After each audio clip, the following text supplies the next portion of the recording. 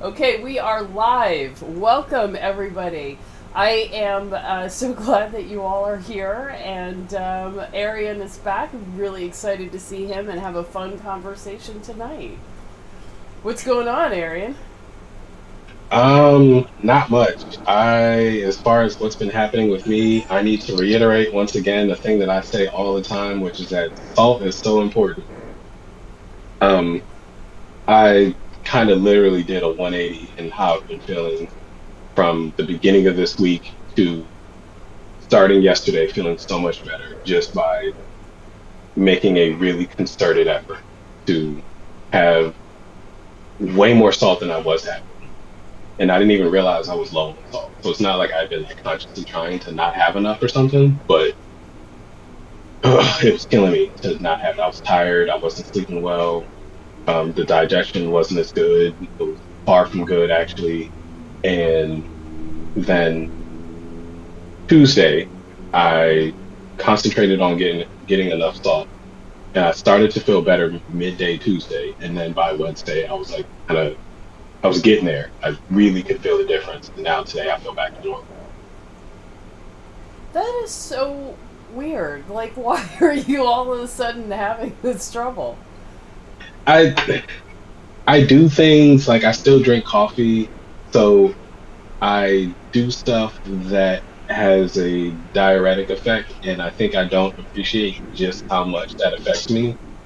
Uh huh. Where I probably should be like, if I'm gonna drink coffee, like today I had a cup.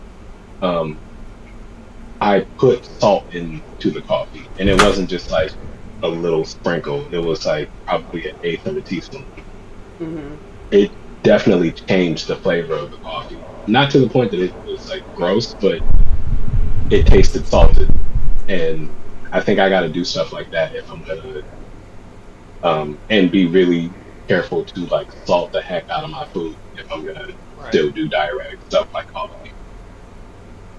But you had been doing coffee for a couple of years until I got you to quit. Like, I don't understand. Before it wasn't a problem. I probably was salting my food heavier Um, okay. then, and then there was a little while. I don't know if I told you about this, but I got into coffee. So I have like one of those hand grinders, and I buy the whole beans now. And it does taste 1,000 times better than just buying Oh yeah. Folgers from the grocery store, but Oh yeah. you got to be real careful with having too much of that. Just because it tastes good doesn't mean that you should have a lot of it.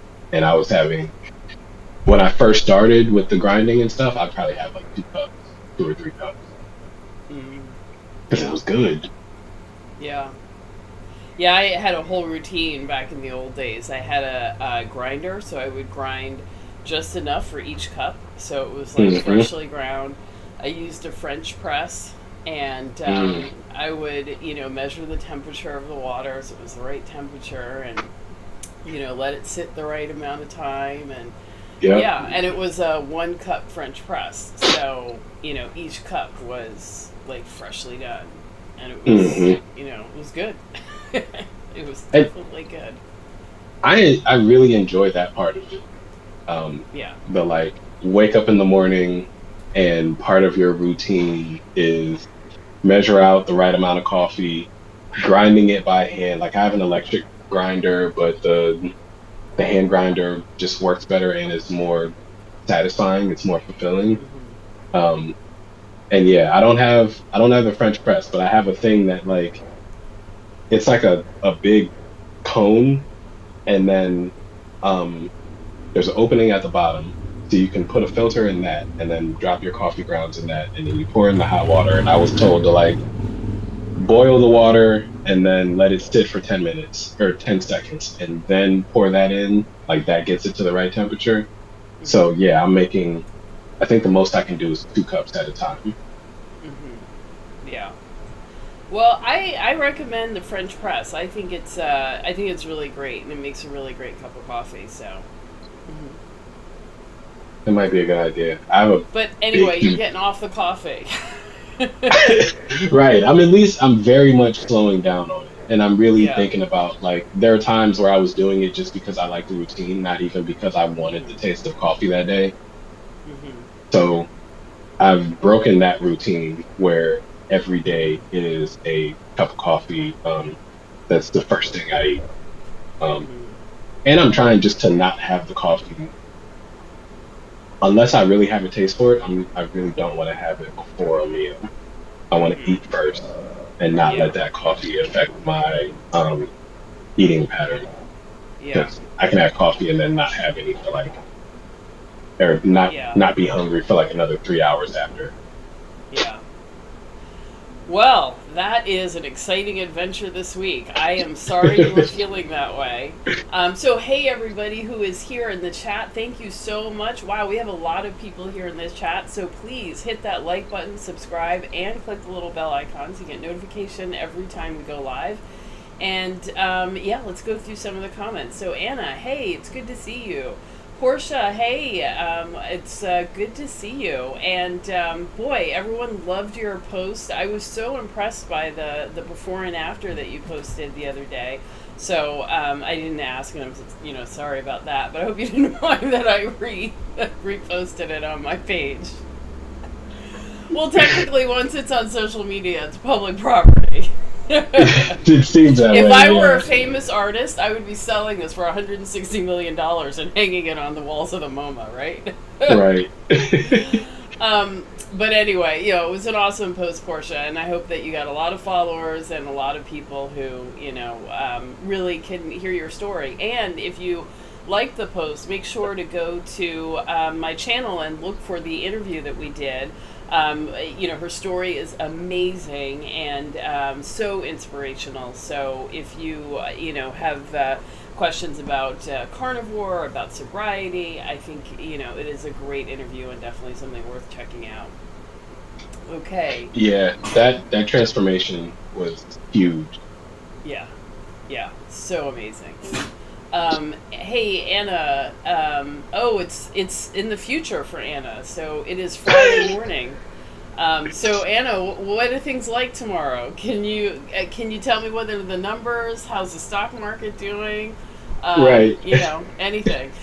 Well, by the way, I have now entered the stock market, the whole game. So I don't know if you all are familiar with AMC, but it's another thing like GameStop. So I have 2 shares, and I'm hoping I am going to cash out with a cool 50,000. That's my aim, but we'll see. I'll let you guys know. Yeah, yeah. All off a stock that is worth $5, and I think right Mm. now it's valued at like 60, maybe, or 50. So we'll see. Um, let's see, Danielle. Hey, good to see you. Esther. Hey, so glad you're here. Abigail. Hi. William. William. Oh, he's asking if I recommend Himalayan or unrefined salt. I always tell people you're going to eat so much salt that you'll have all of it, so don't worry about it. Just get it all. Because, I go through a large size jar a month. How about you? Um, I will probably start going through more now that I'm realizing I really need to concentrate, not concentrate, but like be free with the salt. There's no need to be sparing at all. Um, so as far as Himalayan or unrefined versus like the refined white salt, I feel like use the salt that you have, buy what you can afford. The Himalayan, the sea salt, all that stuff, it's probably a little better for you. I don't know if it's so much better that you need to be breaking your neck to do it. If that's what you want to do, like right now I have Redmond's real salt and I have plain salt. Um, I've recently decided that I'm going to use up the plain salt where previously I'd been thinking like I was just going to throw that out at some point. But it's like the grass fed versus grain fed beef like equation or controversy. Like that grain fed is a little worse maybe than the other one, but I don't think it's so much worse that it really makes a difference. Well, I don't usually have like regular salt, and then I ran out and realized I really needed some, and I went to the bodega downstairs, and all they had was like diamond salt, like like the kind we always used to have, and so I used that, and I was like, oh my god, this tastes terrible! Like, oh, wow. I was like, how bad Yeah, could it be? It's just salt, it'll just taste like salt. But no, it tasted very chemically and had a weird kind of taste to it. So, I don't know. Um, I don't I usually get Morton's or, that kind of salt. So, yeah. there is. I feel like there's a difference in taste. I think I agree with that. It Hmm. doesn't bother me so much that I wouldn't use regular salt, but I prefer the sea salt. Okay. I grew up on sea salt, so that's just what I'm kind of used to. I had Oh, you parents grew who up on were. sea salt. Well, I have parents who are like, all natural, natural health, don't have like the modern day. Yeah, yeah. Fancy So, A Day once again makes an appearance. oh, at the health food store, they had a special brand that was all they had, sea salt. Sea salt. And it was supposed to be so much healthier because it was, I don't know, whatever, collected naturally and all of that. So, Hmm. yes, yeah. It's, it's got little bits of clay in it. And, Mm-hmm. Mm-hmm. what's the clay that's supposed to be really good that people eat small amounts Oh, of it? bentonite or something? Yeah, yeah, that Yeah, stuff. yeah, yeah. So I think that Himalayan's pink salt, I think you could buy it and it was good, but now over the last couple of years, I've heard people say that a lot of times it's dyed pink and it's not, the traditional Himalayan pink salt and all of that. So, if you're buying at Walmart brand, I don't know that that's even necessarily, the stuff. So if it's the same price as anything else and you like it, get it. I don't care. But if it's, three times as much as all the other stuff, I don't know. I'm not sure that I would feel And confident that it was, you know, traditional Himalayan pink salt. and that's what I've wondered about certain things that like I guess it's the same as the salmon conversation where like the salmon that you can buy cheap a lot of times isn't actually salmon. Um, how how can I we mean, have it's salt like, from one wow. place? Yeah. Right. It's it's frustrating in how like diabolical it is and how you just don't know until you read the right investigative article or something.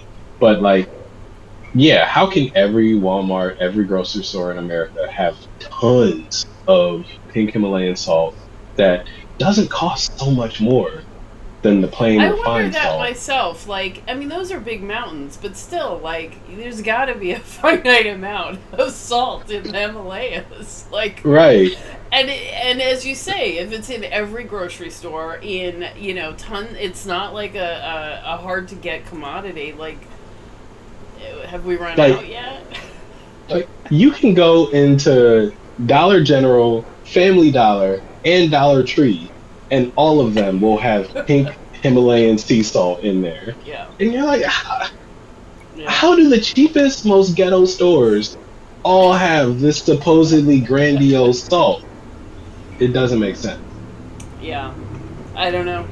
I don't know. So the bottom line is, get all of them. I'm still wanting to get the black salt, the Hawaiian black salt, Hmm. and smoked salt. I think is actually quite tasty, and actually Malden's smoked salt is not that expensive. Oddly enough, at my grocery store. Weird. Hmm. Yeah, it's like $3 or $4. It's like, huh, okay. Um, so try it all. Okay, so let's dive in. Now we hooked you all. We got you all coming here to hear about quick carnivore meals. So let's dive right into it. And Arian was so excited. He put together a list. He's got all these great ideas. So I am really excited to hear what they are. Right. So how do you want to do this? Because I put this list in order from like best to middle of the road to worst. Do you want to start at worst and end at best, or do you want to pick from the top and bottom, or Why would we want worst dishes? You mean well, worst in because tasting or in the amount of time they take? of worst options, like they're the not in taste or time. Um, I guess if you were coaching somebody, or if I was coaching somebody, there's things that I would recommend that's like, all right, so this is your go-to. This should be your goal to have from like the top of this list every time. And then these things at the bottom, and especially the very bottom, are things that I would tell you like, don't do it. I'd rather you just don't eat than have this thing. But somebody will tell you it's a good, quick idea, so I have to address it. That's why I Okay. want to talk about the worst things. Okay. Uh, yeah, I guess let's keep everybody in suspense. Let's start with the worst items. All right, so this is what I think is the worst is protein shake. Oh, I see what you're saying. Yeah. So do you understand now? Like, Yeah. all Yeah. right. So I was having this conversation with a friend, and the issue that I have with protein shakes is that they are, as far as I know, they're always made out of whey protein. Whey protein is milk protein. Milk protein is inflammatory. So it's concentrated with the things that are actually the hardest on your digestive system. And people wonder why like bodybuilders and stuff have like really poor digestion because they're eating protein shakes all the time. They're putting protein powder in their smoothies and crap, and that stuff is inflaming their gut all the time. And I assume, yeah, definitely other parts of their body too. Like for you, dairy like makes you it inflames your sinuses, right? Well, it causes asthma in my lungs. Oh yeah, so even Yeah. worse. So I think protein shakes feel like they're a really tempting idea because you can just buy it and mix it up and you're supposedly good to go. That's a whole meal in a cup. I don't recommend it for anybody. Hmm. You know, it's interesting. Like that wasn't even on my radar. Like I wouldn't, I wouldn't think of that as a quick option. I guess I could Mm, see it as an emergency option, like if there is nothing else and you really need something. But hmm I would, yeah, I would not try to do a protein shake. Now there are other types of protein shakes, like made from casein, which is also I think a dairy protein, but it's not whey, hmm and it's supposed to have a longer lasting. I don't know, benefit. It doesn't digest as quickly as whey protein. Um, I find I still had a problem with it. There's soy, which comes with its own problems, and Ugh, there's don't do also soy. right, and then there's also protein powders made from pea protein, which I did okay with, but I don't know. I mean now if I were isolating it and doing it, I don't think it would be as okay. So for me, there is no protein powder that I would feel comfortable using. Yeah. A lot of people are lactose intolerant and don't realize that they're also casein intolerant. So they may have some dairy that takes out the lactose, like it has lactase in it, but then there's still proteins. And yeah, even if it doesn't have whey, that casein can bother them. So I'm not surprised by that. Hmm. Um, Actually, Katora, this is a mouthful, melanated meat fueled mama. So I'm going to call it Katora.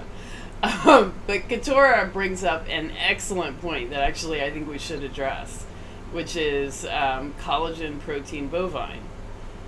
So a lot of us take collagen. It helps with the skin, the nails, hair. Um, there's lots of reasons. There you can now buy canisters of it. It is tasteless. You can mix it in with coffee. It's just something that you can add without with a lot of ease.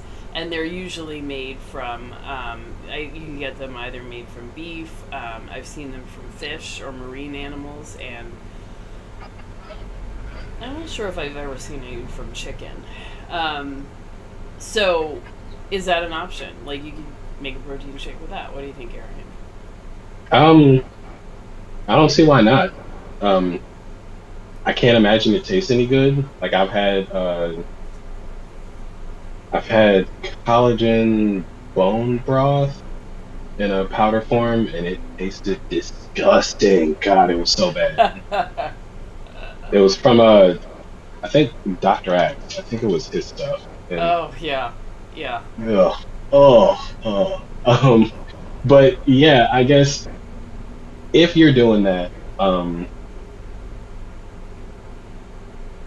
or if that's like if you're gonna do a shake of some sort, that seems like the best way to do it is to get the collagen from an animal, or to get the protein from an animal, and collagen seems like a good easy way to do that.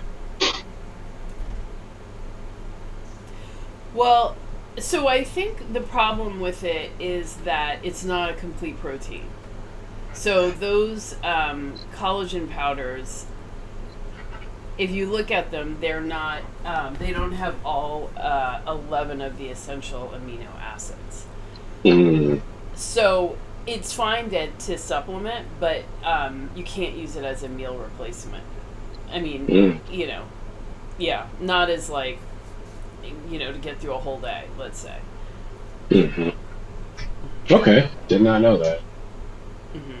So collagen is protein. I knew that much, but it's not a complete protein. Hmm. Well, it does. Yeah, it doesn't have all 11 amino acids. Right. Which is what complete means. So anytime you hear someone say something is a complete protein, that's what it means. It has the all of the amino acids that humans can't produce on our own. Right. Right. And And then yeah, Portia says, "What if you use the protein drinks they advertise that are powder made of bone broth?" those are I don't collagen. know. Oh, okay, so Yeah. that is the same thing. Because I was thinking, I figured that's what that was, but Hmm. so yes, same deal. Yeah. It's definitely I think better than a milk protein, but it's still not complete. And Yeah. that's an issue if you're trying to replace a whole meal with it. You're not getting everything that you would get out of a meal. Hmm. Yeah. So generally, don't drink your meals. And Yeah. that's also my general issue with some of these things, especially things that are liquid, is that like that's not real food. Hmm. You want food that is as close to what you would ancestrally eat as possible. And something where they ground up bones and boiled them and then dried the broth made out of that and made it into a powder. They probably bleached the powder because it doesn't make sense to me that that stuff would come out white. My bone broth does not come out white. Um, that's really, that's a lot of processing. I'll put it that way. Yeah. Yeah. So you got to be careful. All right. What Yeah. is next on your list So I'm from gonna put worst these to two best? together. I'm gonna put these two together. We might argue about the order on this one, and that's fine. But I think the next worst is I'm gonna say deli meat and Deli meat and what? cheese. Cheese. Okay. Um, the cheese because it's dairy, and there's all the issues with dairy. The same stuff that we said about the whey protein. Um, Cheese is going to have a lot less lactose, but it also is going to have a very good amount of the milk proteins. Hmm. Um, and then the deli meat, a lot of times it's processed, and a lot of times actually deli meat should be below cheese because deli meat a lot of times sneaks in soy, and you don't realize it unless you read the ingredient. Hmm. Yeah. For some And reason, yeah. like roast beef will have hydrolyzed soy protein in it. Yeah. Yeah, I think that they often brine these meats, and that makes them heavier without more meat. So then you are buying more. If it's $5.99 a pound, you're paying more because of the water that's held in the meat, and Mm, that water is usually got salt and soy in it, and that's what kind of keeps it heavier. So that's mm, one great thing to learn. Yeah. It's that kind of, yeah, uh, go ahead. that sucks. That's all I was gonna say. Yeah, I know. It's like, wow. So this is just an attempt to make me pay more. Great. Hmm. Um, and that's interesting too. Like when you buy jarred stuff, like if you look at the bottom of the jar, some of them have like divots in them or like a cone shape dipped in them, at the bottom. Hmm.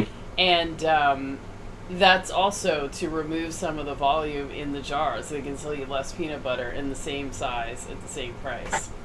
Yeah.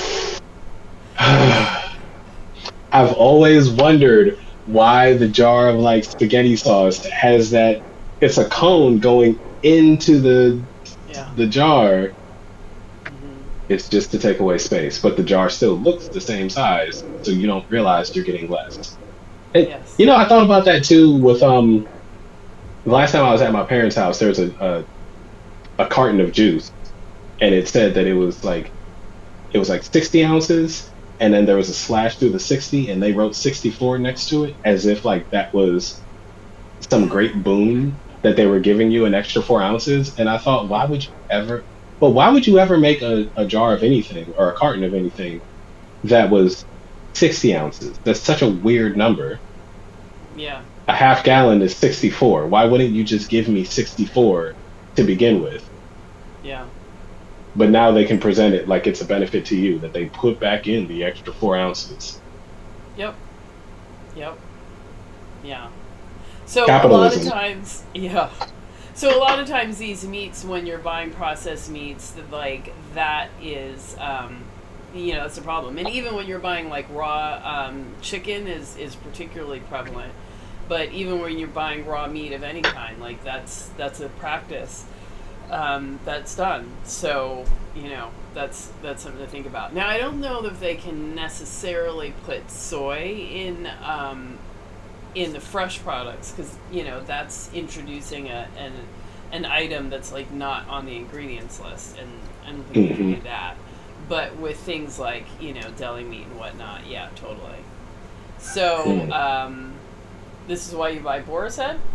No, we're not Uh, sponsored. We're not sponsored by Boar's Head. But some of the, I don't know, but some of them, claim to be all natural, blah, blah, blah. I have definitely done the deli meat thing as, an emergency measure, and, I felt fine with it. So I think that you can do it, but this is not an everyday solution. You should no, make your own roast beef, and then just have roast beef. I agree completely. Like right now, I have two packs of salami bites in my fridge, Hmm. and therefore the occasion when I don't have other things to eat and I need Hmm. something quick. There, Hmm. I'm never going to like just wake up one day and say, I have leftovers. I have all these things I could eat that I could easily eat. But I'm gonna choose the salami instead. Hmm. And even then, I feel like I put salami and those kinds of meats, salami and pastrami, in a different category than like just getting a deli ham or chicken breast or something. Well, and I would put in a different category, prosciutto, Hmm. and Serrano ham and like those fancy hams. I don't think ham goes well. If you're getting those fancy stuff from France or Spain or Italy, I don't think it's in the same category as you know Oscar Mayer bologna. I don't know, or something like that. So those I would think are okay. Um, Yeah. yeah, but I don't know. Um, But if you want to make an afternoon of brie and prosciutto, that I sounds like a mean, plan. that's good eating. Mm-hmm. And real quick before I get off topic, because I have a thing that goes with that. But Portia said deli meats have hidden sugars as well. Yes, a lot of them do. Mm-hmm. And if you're buying at the deli counter, a lot of times you don't have the entire package to look at to even know what's in the meat. Yeah. Yeah. Lately, what I've been doing is smoked salmon and a slice of cheese. Like Mm-hmm. I'm common, so I just eat a slice of American cheese. Oh, it's so good. Smoked salmon wrapped in a slice of American cheese. No, no, I don't got time to be rapping and making a special thing out of this. I take a bite of the salmon, a bite of the cheese. Like it's like total like I'm eating it like a caveman. Like the salmon is here Oh, and the cheese is here, and I'm just and enjoying life. those don't seem like two great tastes that go together. I've heard of They cream taste cheese and smoked salmon, otherwise known as lox, but American cheese, right. So see, you're from New York and you've been doing smoked salmon probably your whole life. Like it was a brand new thing to me um in the last like 5 or 10 years or so. Uh huh. And yeah, I've got my common taste. And also soft cheeses do not agree with me at all. So Uh huh. can't do any of those. The last time I had a New York Gotcha. bagel, they smeared cream cheese on it. I ate a lactase pill thinking that I would be okay. I still wasn't. I just can't Oh do soft no. cheese. Oh no, no. Oh, I'm sorry. It tasted really good though. So it was like nothing's worth indigestion, but if there's one thing that might be, it's a really good New York bagel. Yeah. Yeah. Yeah, it's good stuff. Okay, so smoked salmon with some kind of cheese of your choice, Hmm. or smoked salmon. I bet it would be good with like I don't know, liver pate or something like that too. Oh Some other yeah, kind of that'd be good. smoked thing. Yeah. Um, Hmm. yeah. So I wait, but what did we do? Oh, I know.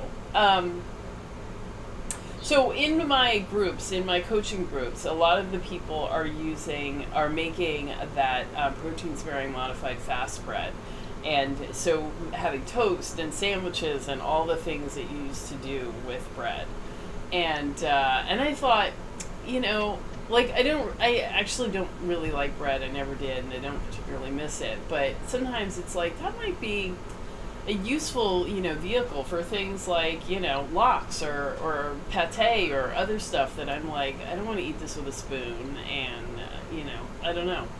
What do you think about that? Uh, just as an idea or as a quick thing? Well, as a quick thing, like I mean, of course you'd have to have the bread already made, but Right. yeah. So yeah, if you've already got it, I'm looking at it now on Maria Emmerich's website, Uh huh. and it's 18 total grams of carb per slice. That's a little dangerous, I think. But if you stick to maybe Wait, like what? one slice, yeah, she's like printed out nutrition facts that looks just Wait, like it would be on 18 a label. grams of carbs per slice? 18 total grams of carbs. Per slice. Yeah. I think we might not be talking about the same thing.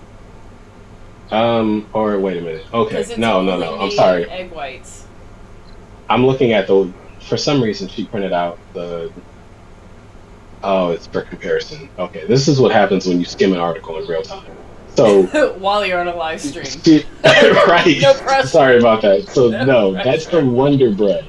That's Wonder Bread I'm talking about. That's where she Okay. got this. Okay. All right. So the protein sparing bread, that's 1 gram of carbs per slice. And that has egg Yes. whites, egg white protein powder, allulose. I don't know what the hell that is. Salt and cream of tartar.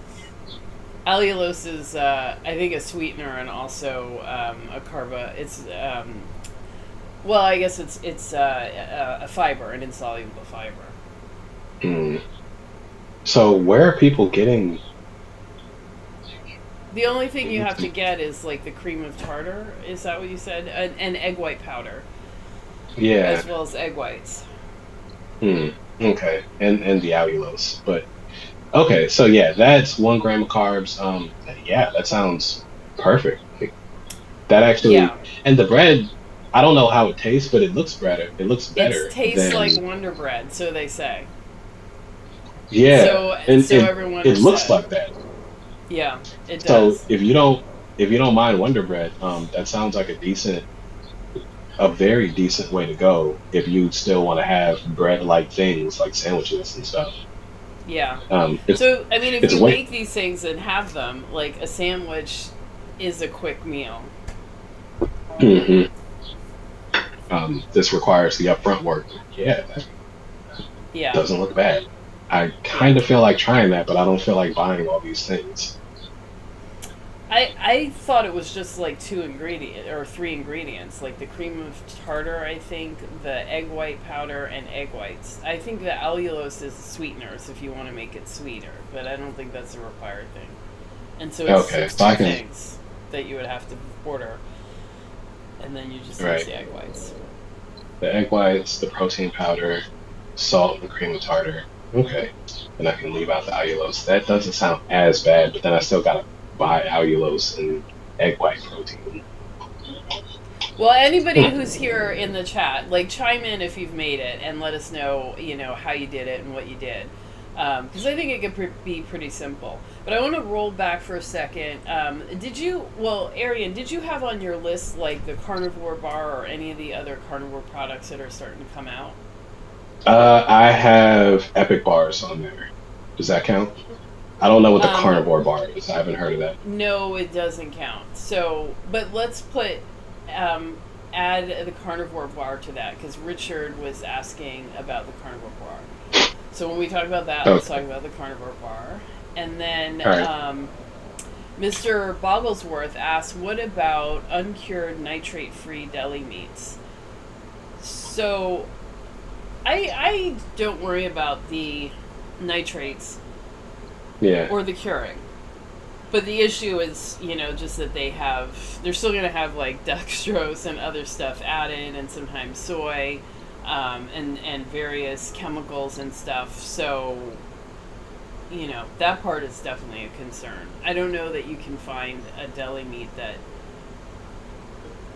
doesn't have some of that or most of that. Yeah, it's definitely difficult.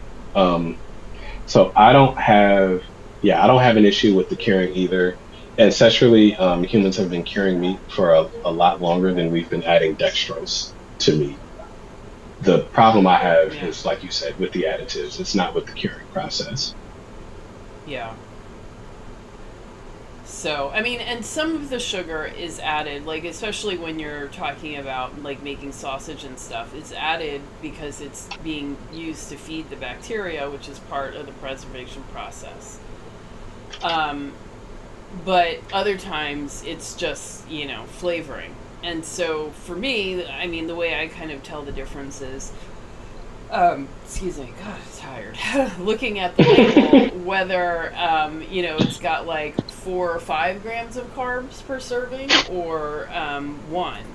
And if there's a lot of carbs per serving, then you know that this is like maple smoked honey flavored Hmm. barbecue ham, and not just ham. Hmm. Yeah. So yeah, deli meat is I tend to not buy it like ever, and when I do, yeah, it's something like salami or something. It's never just plain deli meat.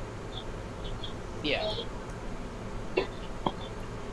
Um, okay, so Mommy does keto, says it as the texture of styrofoam, the protein sparing modified fast bread, and that is just enough to make me never try to make it. I'm good. I've been living life without bread for a long time. I don't need it back in my life, and I definitely don't want something that is going to remind me of bread just enough to piss me off. Yeah. Well, okay. Um, that is interesting. There are a lot of people who love it, so I'm curious. I haven't tried it myself. Like I said, I don't. Bread was one of those things that when I gave it up, it's like I never gave it another thought. Um, Hmm. I missed it only in the sense that it's a convenient way to hold a hamburger or sandwich meat, but um, it was like forks are fine too. I like forks, so I don't Yeah, care. Yeah. yeah. I don't miss bread, especially plain bread. Mm-mm, not at all.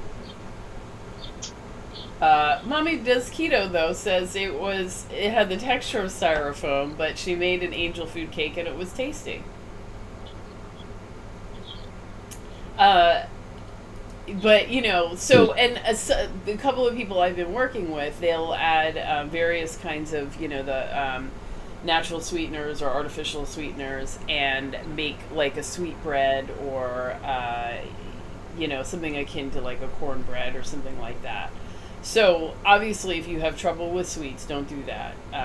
Because Hmm. it will kick up your cravings. But if you are okay with it, it kind of does open up this world of carnivore desserts. So yeah,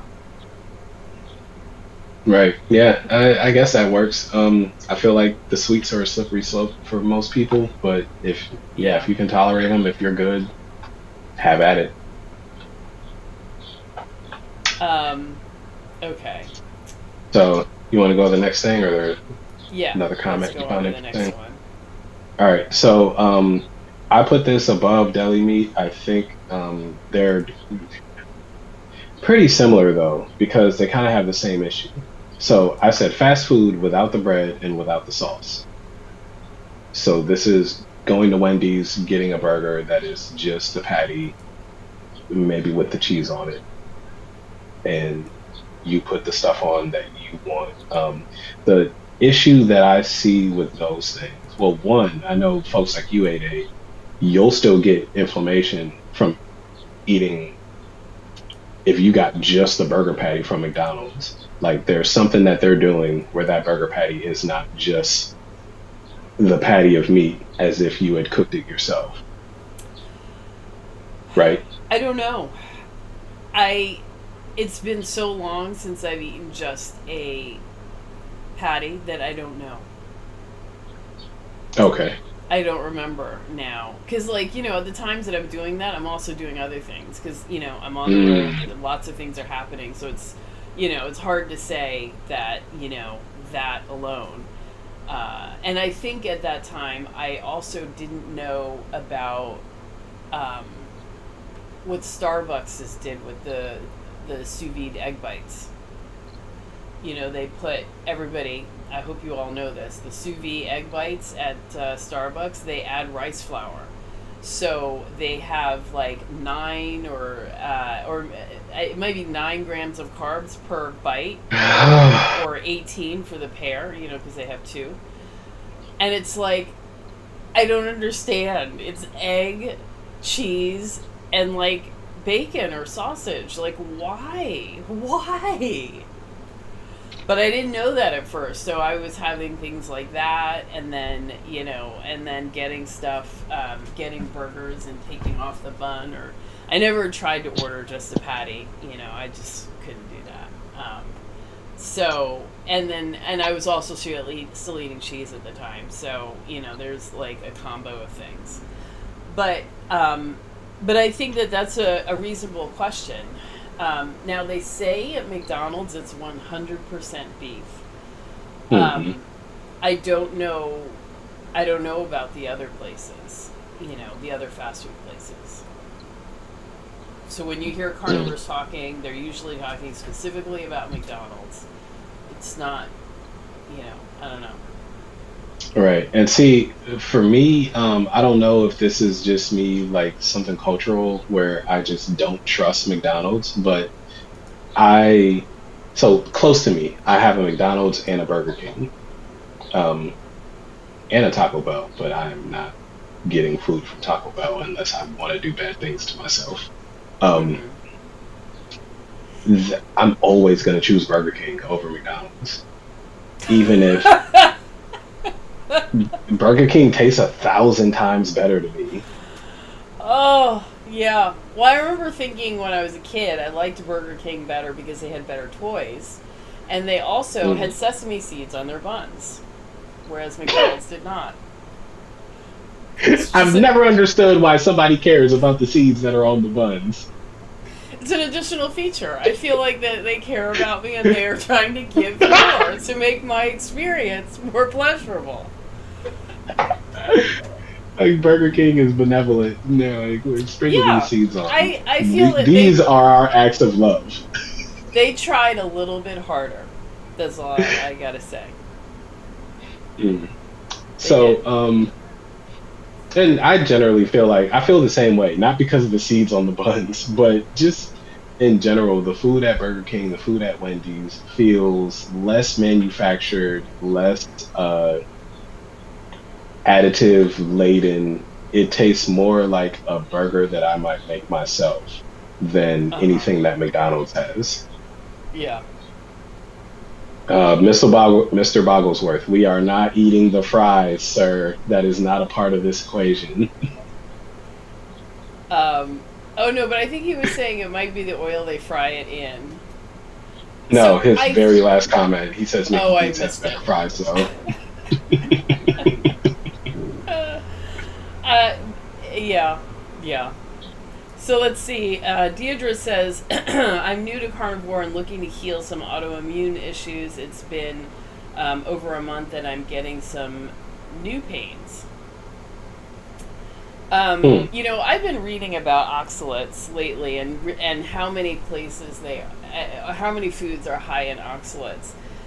And I was like, Hmm. oh man, I had a ton of oxalates. So I do kind of wonder, Deidre, if you aren't experiencing oxalate dumping, which is when you finally stop eating so much, your body starts clearing it out, but it's doing a lot at one time. And so that process itself can make you feel sick.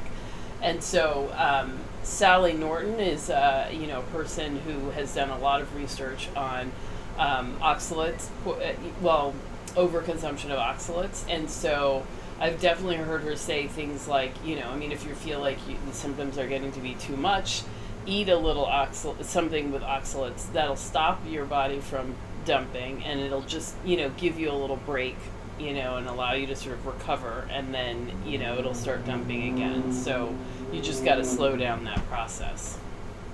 Right. And in fact, I'm going to share the list from her website that has the high oxalate foods. Um, I think this is the list. There's just a few offenders. Yeah. So this will give you an idea of the things that you may have been eating before that turns out were super high in oxalates that are now those oxalates will cause you a problem if your body is dumping oxalates. So that could explain the new pain that you're feeling. Mm-hmm.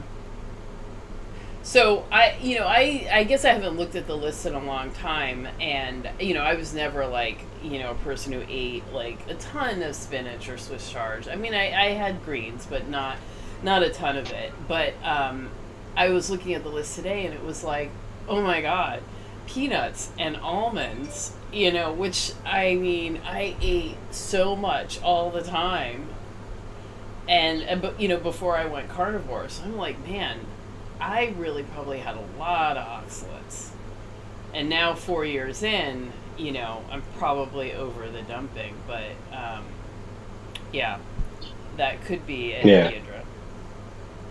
Like I used to eat, so nuts are high in oxalates. I had a ton of nuts. I had switched to soy milk and then almond milk at some point. Um, Mm-hmm. it was nothing for me to just have beans as a meal, and some beans are real high. Yeah. I had spinach in my eggs all the time because I thought that was making the eggs healthier. Mm-hmm. Lots of bad ideas. Yeah. Hey, large picture, welcome. So glad you are here. Hey, Um, yeah. Deidre says, I still want the keto ice creams. Um, we're, so, I assume carnivore ice cream is not on your list, or is it, Arian? no. Mm. Especially because I was thinking quick carnivore meals, not quick carnivore treats, and no carnivore ice cream is going to be a meal. I haven't found an ice cream that Wait, you can why make out of not? cup It's a roast. protein, it's a fat. You know what? Yeah, when y'all figure out how to make ice cream out of ribeyes, let me know. And it needs to actually be good, not that disgusting liver shake that we used to talk about with a certain someone So who will I not be I can't named. tell you how many women have had a pint of ice cream for dinner. So I'm just saying. I think you. It Um. doesn't count. I refuse to allow it. It doesn't count. It's Okay. not a meal.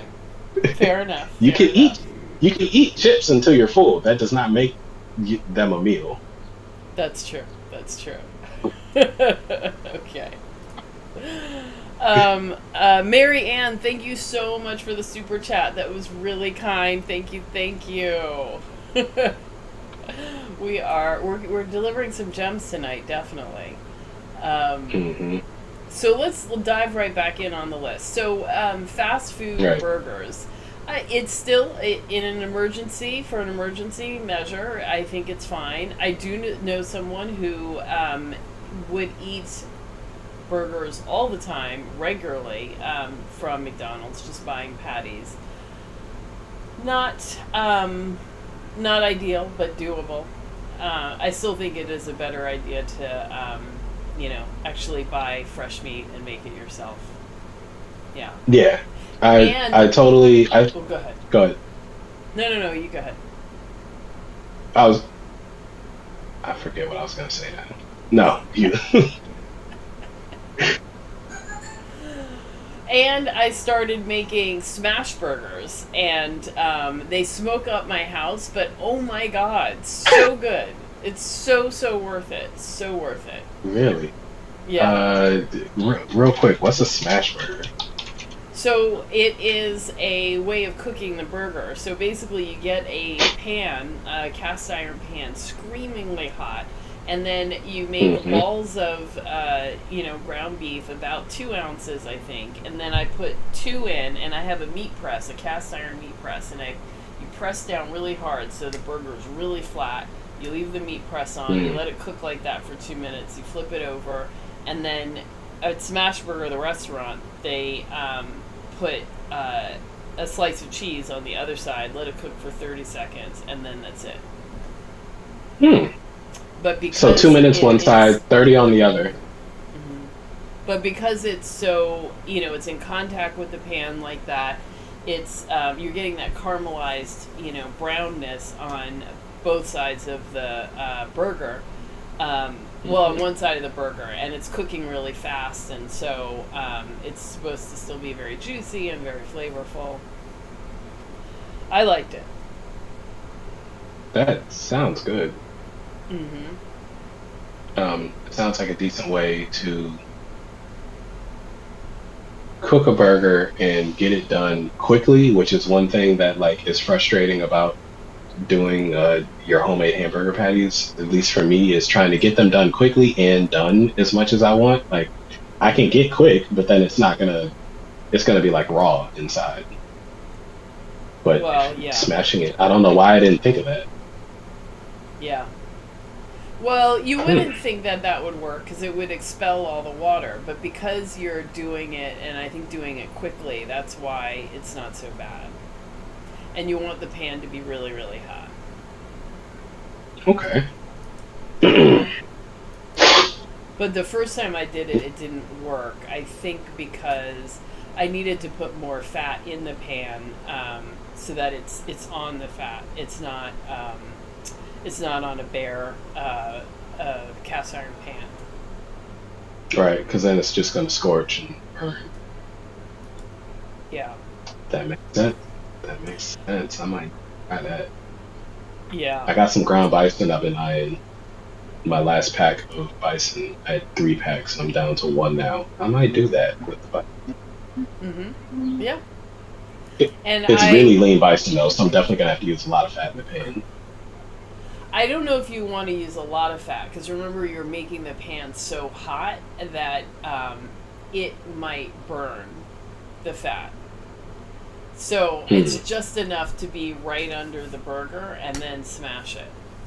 So you don't want it like Okay. swimming all over the pan because I think you need to turn the flame up really high in the pan. Okay. So it makes a So lot do of it like I was gonna sear a steak. I don't know. I don't cook a steak that way now. But I read a Uh, couple of instructions because there is a real method to this madness. So I would Google okay. how to make a smash burger. It is a real thing. Like smash burger named themselves that after things that people were already doing. So yeah. Yeah, I'm reading a recipe on Bon Appetit, and it's saying to large heavy skillet, medium high heat until it's very hot. So okay, I would probably do even higher heat, but hmm I'm I don't like waiting. So so yeah, you said you don't do steaks in the pan anymore. I normally don't. No, I'll I air fry do. I them, but just every once don't. in a while. I do, but I don't cook them really high. I cook them in a lot of fat and at a medium heat, but that's the way I cook them. So they get brown and crispy, but not it's not from being in a screamingly hot pan. Oh, and see, I'll do mine in the air fryer until they're the doneness I want, or just about that, and then super hot pan, and they're on there each side for maybe 30 seconds at most. When I do sear, sometimes I don't. hmm I see Mr. Bogglesworth asks about Paul Saladino and adding rice and honey. Woo! No! Don't do it! Don't do it! He asked about rice and honey too. Well, that Paul Saladino is I guess I didn't Oh, know I about the see. rice, but I guess he's now encouraging people to have rice and honey. So there was a guy who used to talk about like the perfect. Oh man, I forgot what word he used. Like somehow like gentle carbs or carbs that were easy to digest, and so he would recommend a low carb diet plus white rice. Um, Jaminet, I think, might be his name. Paul Jaminet or something like that. I don't know. I guess there are these waves. I think Paul Saladino is just trying to appeal to a larger audience and to people who don't want to give up carbs. And so Hmm. he is looking to add in these things. And I think that he is just trying to, increase his name and his reach. And I really think it's irresponsible because he makes a lot of claims that can be harmful for people who are struggling with like blood sugar issues, disease, metabolic disease, stuff like that. And, that advice is not helpful at all. And, Yeah.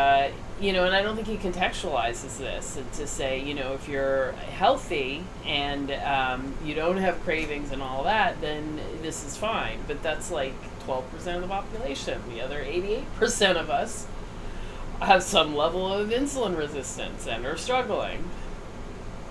Right, and that's the issue I have. So I've seen people talk about the interview he last did on the Rogan podcast, where apparently he explained all this, and he said that this stuff is about like bringing more people into carnivore, and even then, it feels irresponsible because the folks you're talking Yeah. to, I don't care about if a healthy person eats carnivore or not. Like if you're one of those 12% and somehow you've like made it this far being in that 12, like okay, great for you.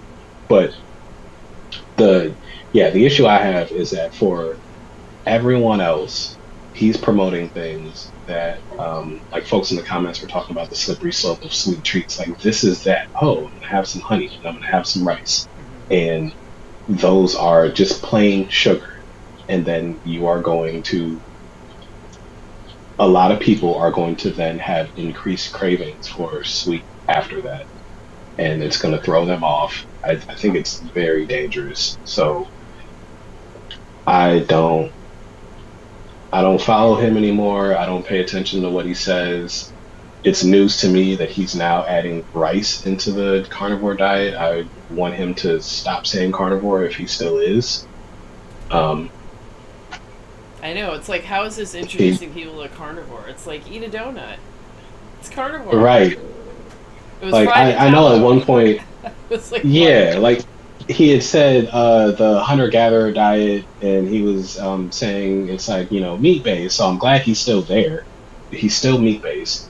Still promoting a meat based diet, but the things he's adding, it was like a cup or two of berries and then honey at the time. And A I was like, cup or two. That is a lot of berries. well, don't quote me on the amount. I don't remember that. I know it was berries, and it was enough to be like, what are you? Why? Who needs this? I Yeah. I don't agree with the amount of permissiveness that we see sometimes. Yeah. That was part of the reason that I think this list that we're doing for this live today is important, because I just feel like people need to know what they're doing. And if you want to eat rice and honey, okay, great. Those are not carnivore foods. I'm not going to say you can't call yourself a carnivore. I don't care about your self-identification. But what I do care about is you knowing what you're doing and understanding the compromises that you're making. That's what that is. There's no part of an ancestral diet that is rice. Yeah. Yeah. Totally agree. So that's how we feel about Mr. Paul Saladino. Right? That is not how we do carnivore in the Black Carnivore community. So, yeah, we have a different approach. Now, I see Richard asked, does Fat Bomb done a trouble keto diet? I'm not sure what he means. If he's meaning, do we do fat bombs in keto? I don't know. Right. But we do fat bombs in carnivore. I did one today. I bought a package of salt pork, and I had posted in the Facebook group asking if anybody had made streakoline, which is apparently sliced salt pork that's been breaded and deep fried.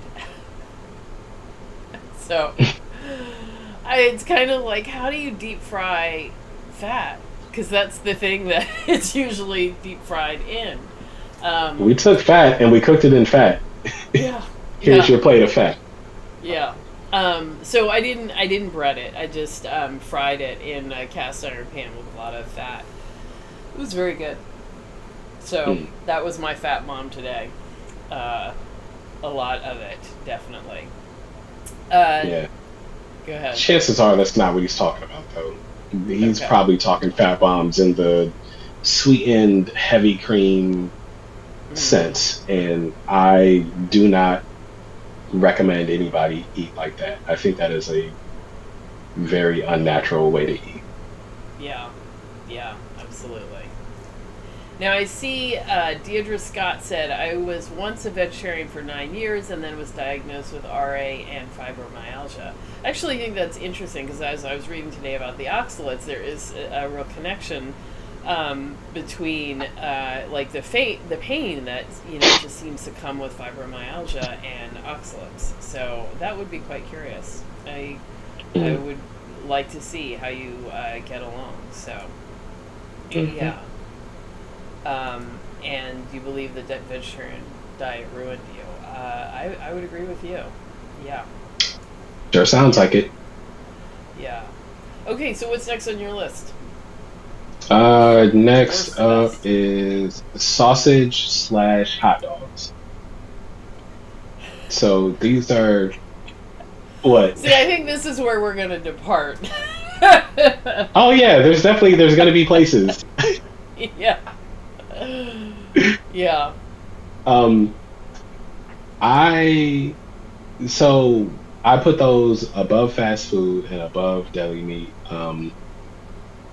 Even though they have some of the same issues, especially as deli meat, that there's going to be hidden carbs a lot of times, or not even really hidden because you're buying the sausage, like it's right there on the package. Um, Hmm. and the same with the hot dogs. But so yeah, I'm not sure about the order of those three things. Like I think those are debatable between the sausage slash hot dogs, fast food without the bread and sauce, and the deli meat. Like I think you could have a debate about which of those is better than the other. For me, they're kind of all in the same place where they're foods that are basically okay, but you don't know everything that's in them a lot of times. And when you do know everything that's in them, there's most of the time going to be some stuff you don't want. Hmm. Okay. So, I will agree that hot dogs are very processed foods, and the more processing a food has, the less nutrients it has, because it's part of the process of processing. Often, damages or overcooks or whatever the food, so it's not as nutrient dense. So I don't think that you could make I wouldn't make a lot of meals and make like hot dogs a base of a lot of your meals. That Oh being no, definitely said, not. I just had hot dogs for the first time in a long while on Saturday, and oh my god, I'm like, I love hot dogs. Why have I Yeah, not been eating these? They're yeah, so they're really good. effing good. Yeah. I mean, as a kid, I loved hot dogs. When I went to a barbecue, it was like, do you want hot dogs or hamburgers? And I'm like, do I have to choose? Why can't I have both? And I was fine without a bun. Even as a kid, it was like, oh, there's not enough. Okay, that's fine. I'll just, I'll skip it. It's fine. No Yeah, problem. But dude, I, yeah. I always wanted both. I could not decide. My Okay. typical thing at cookouts now is at least one hamburger, two hot dogs. Gotta have two. One's not enough. I agree. I agree. One is not enough. So I had some fancy all beef organic hot dogs, but you know, they're hot dogs. So I had them with smash burgers. I don't think Mm. that I would consider eating them alone for a meal. But yeah, yeah. And then sausage, I think there's such a range when you're talking about sausage. So, Yeah. are we talking about the kind the little old grandmother in Italy is making, or are we talking about, or are we talking about Oscar Mayer bologna that you get at the dollar store? Like those are very big differences, and I I would say that the artisanal sausage that is made in some of these little towns in Europe are not a bad choice. Again, I wouldn't. I think that the more processing meat goes through, the less nutrient dense it is. So you don't want to make all of your meals based off of cured or dried, or how well, not dried but cured, or however a sausage is made. You don't want to make all of your meats that, but a combination of it I don't really see a problem Right. So yeah, and that's the premise of this whole thing is meals in a hurry. So I'm thinking like last week, I went on I decided to try all the different all beef sausages that were in the store, at least the ones that looked decent. So it was three different brands. One was a Polish sausage, one was a half smoked sausage, and I forget the other one was just some plain all beef, whatever. with. And I think the they all worked. Some tasted better than others.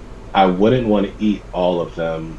I wouldn't want to just eat them all day for like 3 days straight or anything like that. Like it took me like a week and a half to finish all of them. And they weren't like huge packs or something. It was maybe a pound per package. Um, Okay. so the sausage is a thing where it was easy enough for me to put it in the air fryer, cook them for like 15 minutes. They're like all black on the outside. Like if you're not eating burnt hot dogs and burnt sausages, what are you doing?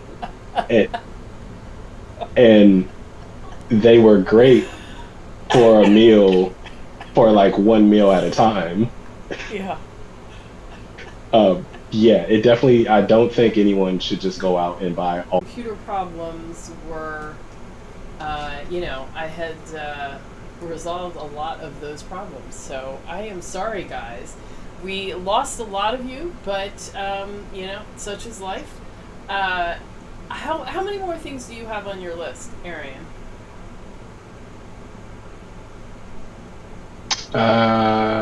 What else? I have three things. You have three more things? Yeah, So I'm kind of wondering if we shouldn't make that a part two. that's what I was thinking too. I realized with how long this was going that we can put those next three in the next one and probably answer any questions that come up, and that could be a whole show unto itself because it's already Yeah. 8:37 here. Yeah. And I do think that we should add a further discussion of hot dogs and sausages next week. Because Yeah, I don't think we didn't quite get through them, and I think I'm gonna stand up for the sausage and the hot dog because I am a huge fan of sausage and hot wait. dogs. So is that what we disagree on? Because or what you thought we disagree on? Because I'm right there with you. Well, I know I disagreed. I diverged. I think that they. mm, I think that I'm putting them in the food category. The higher quality ones, I would put in the food category. Oh yeah, and yeah, that's where I have them. Yeah, But I think we do got to talk about all the caveats with yeah, sausage and hot dogs, yeah, and probably get a little more specific on those. yeah. And I wanted to thank Deidre Scott for the super chat. That is so awesome. Thank you so much. And I know that I hope we get a lot of value from our videos and everything like that. I see you have a question about doing raw meat, and I think that is a good conversation, but not one to dive into tonight. I don't know. Yeah. Have we done a whole show on eating raw? I don't Um, think that there is one, Deidre, but I know we've discussed it over time. But yeah, I think if you're struggling with something, I'm gonna say don't do it for now. That would be my recommendation. yeah. The short version is I think don't do it. It's not something to play with when you're having a ton of other things to deal with. Um, that's kind of when you're settled in your carnivory, you've done a lot of healing already, and you want to play around. I think that's a thing that can be talked about, and we'll probably talk more about that if we ever do a raw meat show. But Hmm. it's not a thing new people need to think about. Don't let the people on Reddit fool you. Don't do it. Yeah, yeah. Um, and then I see Tech Mansour says, why do you think us as African Americans gravitate towards veganism instead of this low insulin, wonderful lifestyle? Again, I think this is a whole show that we should do talking specifically about veganism, and especially in the black community, but just in general, it's definitely become a hip, happening thing that, like, if you want to be, cool and with it, you should be, vegan. That's kind of how it is. So I Yeah. definitely think we should talk about it, talk about, what are some of the problems with veganism, and, what we can, I don't know, how we can maybe talk to our, friends and relatives that are going in that direction. So, Yeah. yeah. So Marianne is says rice too. Oh, mommy does keto. That's hilarious. Rice and honey. Is he crazy? Yes. Yes, he is crazy. I mean, Yes, quite. That's the short quite answer. literally. Yes. Yeah. Um. Okay. What? Oh, Saladino refuses to speak at keto conferences. Good. Yeah. They shouldn't Good. be asking him to speak anymore. What does he mean? He refuses? Did he say that? I would think the keto conferences are like, this isn't our bag anymore. Right. Nah, I we're don't think good. they. I think they're refusing to have him. Right. I mean, if you want to Yeah, buy a ticket and sit in the audience, okay, cool. But nah, keep your PowerPoints at home. yeah. Um, Deirdre, it did not make me feel better than eating cooked food. I will say that, and there are drawbacks. I mean, technically you can get sick, and I did.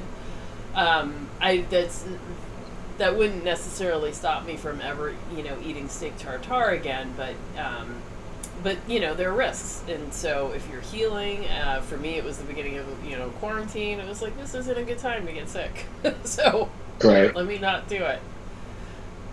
Um, Yeah. And it doesn't like your cooking can be as simple as searing the outside of whatever meat you're about to eat. Like mhm. you don't have to cook the food a lot if you want the supposed benefits of raw meat. Yeah, Um, the people who like it like that, they make black and blue steak. So you take a frozen steak and then you fry it the way you would pan sear. And so by the time you're done cooking, the exterior is all cooked, and the interior is thawed, but not really cooked.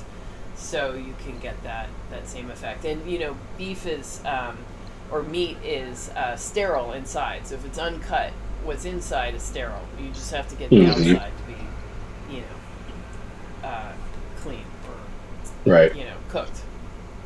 But yeah, I've never, and even eating really rare meat sometimes I've never noticed a big difference in how I feel or anything like that. The one thing I'll say is it doesn't fill me up as much, and I'm fine with that because I'm still satisfied. I don't have that full heavy feeling uh, as much as I would with more cooked meat. Mm-hmm. A Wow, lot of Tech talk about Mansour is sausage. saying. Oh, sorry. Yeah, we are like at different places in the chat. Sorry. So Tech Mansour is saying that Paul Saladino adds rice, mangoes, and pineapples. I mean, those are the sweetest fruits of all of the fruits. There's no way that could be even keto. Yeah, that- Okay. he's so frustrating. Deidre Scott, you don't need to eat raw pig's anus. I don't think you need to do that. I Where know you want to feel better. I know, but you will feel better on carnivore. Deidre, I just there follow the link in my I don't know. There's a link somewhere, but schedule like one of the 15-minute or the free consultation with me, and let's just chat for a minute and see what might be helpful to you, because I don't want you looking for a raw pig's anus. I know you're kidding, Yeah, but no. still. Yeah. Um, yeah, Mr. Bogglesworth always got fraud vibes from Paul. Yeah, I know. Some people still like him, but I felt like for even from the beginning, there was such an alarmist approach to the way he talked about carnivore that it made you feel like if you weren't doing everything and buying all of these different supplements and eating this exact specific thing in this exact specific way, that you were harming yourself. And I felt that was putting undue pressure on people, and it wasn't adding significantly to people's health benefits. So that was always my problem. So even before the honey and rice, I didn't like his approach, and now it's even less. Yeah. Like Yeah. I think the final straw for me was when he pushed the deuterium testing on people. It's this like isotope of hydrogen that supposedly exists in some foods in higher amounts, and oh, too much deuterium can hurt you. And also, I have this is an interview with a person who is selling deuterium testing. I Yeah, don't see a conflict of interest at all. Like, yeah, yeah. I'm good. I got wrapped up in it too, and I was like, oh my god, I've got to figure out what is going on with my deuterium. And, and then that leads you to dry fasting because the only way, water is full, our water, that we have access to today is full of deuterium. But when you have water that's created by your burning your own fat, there's no deuterium in that. And, it just leads you into the worst directions. Yeah. Alarmist is a Um, great way to describe him, and I am not a fan of alarmism. yeah, yeah. So I was concerned about my deuterium for a while, and I'm not saying I'm not yet convinced that I don't need to be concerned about it. But there's just only so many things I can do, and only so many things I can handle, and I just am gonna have to accept that I can't. That's just one I can't handle. Mhm. So I don't know. Yeah. But there you go. I hope that's helpful. And let's see. Were there any? I was looking through to see because there were a couple of comments that I was like, oh, I want to answer that question. Mm. Okay, but I'm seeing good suggestions for hot dogs. This is really, this is helping me. Today I was in the grocery store and I was like looking at a package of Nathan's hot dogs and I was like, should I, shouldn't I, should I, shouldn't I? And I ultimately didn't. But I now wish I I had. and see, I think I stopped by in Nathan's and Hebrew National. I loved both of those, but Hmm. they there was some ingredient in there that really made me mad. I don't know if it was a soy thing or if it was a trans fat thing, but Hmm. there was something in there that I didn't like, and that's why I stopped buying those. I haven't been able to find hot dogs from anywhere but Lidl that were that passed my test for being clean. Hmm. Yeah. Well, I didn't. The package of hot dogs that I had, the beef organic ones, I did not, I will admit, did not look at the ingredients list. I just decided I was going to enjoy the hot dogs and not worry Right. about what was in them. I was going to accept it said organic, all beef, and that was all good. I mean, all of these things, just about everything on this list is a compromise. So I have no issue with that. You don't get quick and quality at the same time. That's just not how that works. Yeah. Well, there've got to be some things that are. Well, we're going to talk about the best things next week, but or Hmm. the not next week. When are you next available, Arian? What? The next week is the first. The one after that is the eighth. Okay, so yeah, I'm good with either of those. The week after that, the 15th, I can't do. Okay, so you want to do the first next week? Sure, we can do that. And then do you want to do a solo one on the eighth? Yeah, I can do that. Hmm. Okay. Okay, guys, so we are going to wrap this up and we're going to do part two next week on Thursday. The rest of the top quick carnivore meals that will work and make you healthy.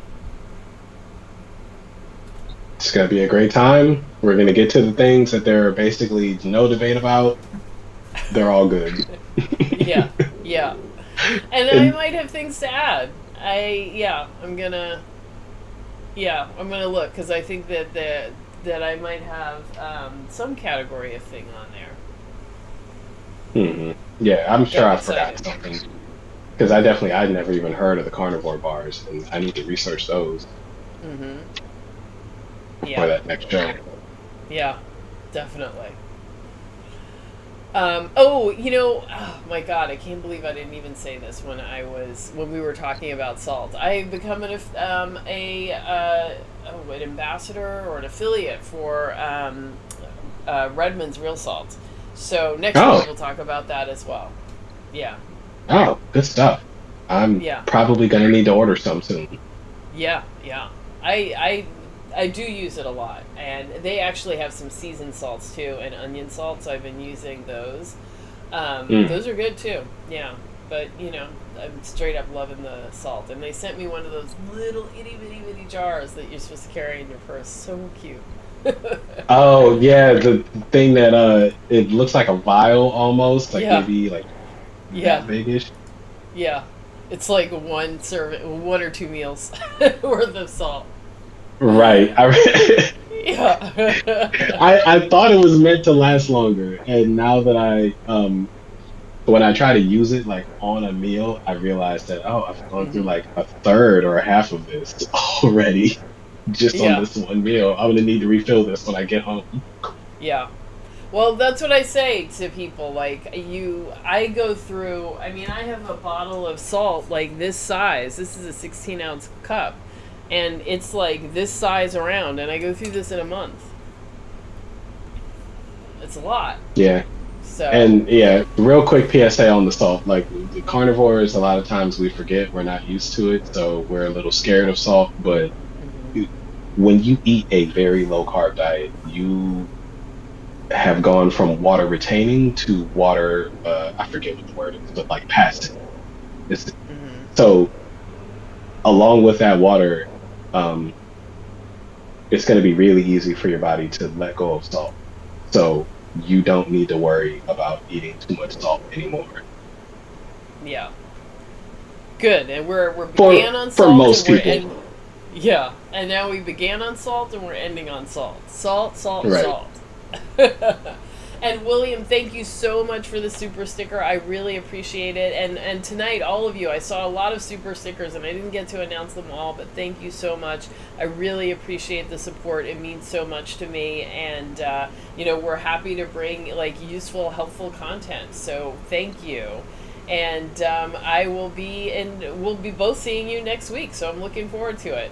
All right, everybody, have a great night and a great week. Bye.